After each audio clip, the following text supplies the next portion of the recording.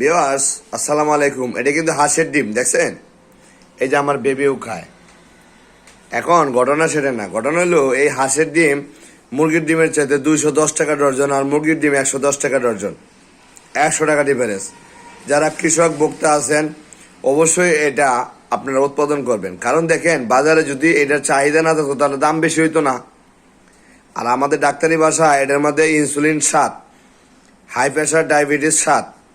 আপনারা যারা এই যে এত কষ্ট করে ডায়াবেটিস হয়ে যাচ্ছে, এখন যদি এই ডায়াবেটিস হয়ে যাওয়ার পরে যদি আপনি ওষুধ খায় নিয়ন্ত্রণ করেন, বা ওষুধ খায় না খায় নিয়ন্ত্রণ করেন, বা খাবার খায় নিয়ন্ত্রণ করেন, কোনোটাই কিন্তু আপনার জন্য ভালো না।